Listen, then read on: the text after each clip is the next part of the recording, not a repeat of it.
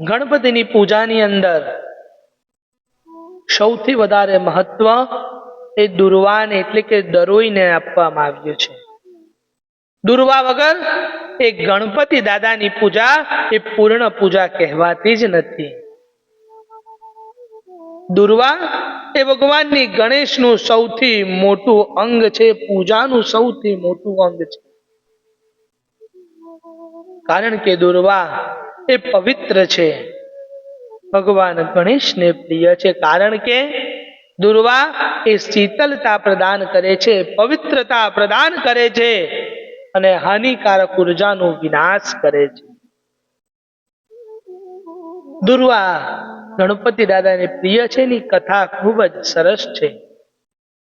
એક સમય એક ભયંકર રાક્ષસ જેનું નામ હતું અનલાસુર, ખૂબ જ શક્તિશાળી હતો. કેટલાઓ વરદાન એને હતા અને એનું સૌથી મોટું વરદાન હતું કે એના પાસે અગ્નિની શક્તિ હતી. અગ્નિ સમાન એના શરીરની અંદર જ્વલનશીલતા હતી અને એની શક્તિના કારણે કોઈ પણ દેવતા એની સાથે યુદ્ધ નથી કરી શકતા. એ દરેક દેવતાને પરાસ્ત કરી દે છે. અને આ વાત જ્યારે ત્રિદેવને ખબર પડે છે ત્યારે ત્રિદેવ દરેક દેવતાઓને કહે છે કે તમે શ્રી ગણેશ પાસે જાઓ. ગણેશ તમારા દુઃખનો દૂર કરશે, કારણ કે ગણેશ એ વિઘ્ન હરતા છે. આપણા દરેક વિઘ્નોને દૂર એ માત્ર શ્રી ગણેશ કરે છે. દરેક દેવતા ભગવાન ગણેશ પાસે જાય છે, ગણેશજીને પ્રાર્થના કરે છે કે તમે અનલાસુરનો વધ કરો અને દેવતાઓને વિજય અપાવો. દેવતાઓની પ્રાર્થનાથી ભગવાન ગણેશ એ બાલ રૂપમાં આવી જાય છે અને અનલાસુરને પોતાના ઉદરની અંદર ગ્રહણ કરી લે છે. પણ અનલાસુર પાસે અગ્નિની સમાન જ્વલનશીલતા હતી અને એના કારણે ભગવાન ગણેશના પેટની અંદર જ્વલન થવા લાગે છે. બધા દેવતાઓ કોઈને કોઈ ઉપાય કરે છે, પણ ગણેશજીને શીતલતા નથી મળતી.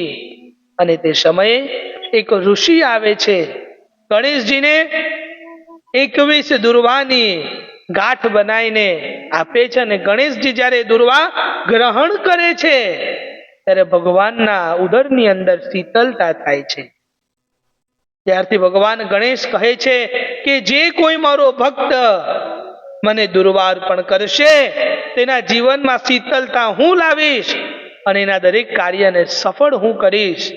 એના માટે ગણેશ પુરાણની અંદર એક ખૂબ જ સરસ શ્લોક કહેવામાં આવ્યો છે, દોર્વામ કુર્યેયઃ પૂજ્યેત ગણેશં સર્વ કામાન લભતે ન લભ્યઃ.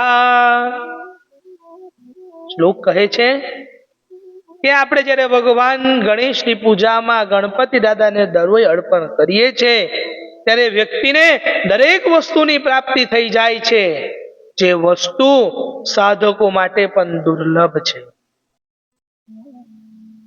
અને જ્યારે પણ આપણે ગણપતિ દાદાની ઉપર દરોઈ અર્પણ કરીએ છીએ 21 ગાંઠની બનાવીને એ દરોઈ ભગવાન ગણેશના મસ્તક ઉપર ચડાવવી જોઈએ. કારણ કે ગણેશ પુરાણમાં કહે છે કે જ્યાં દુર્વા છે ત્યાં ગણેશ છે. એટલે દુર્વાનું મહત્વ છે અને જ્યાં દુર્વા ત્યાં ગણેશ છે અને જ્યાં દુર્વા છે ત્યાં જ ગણેશ.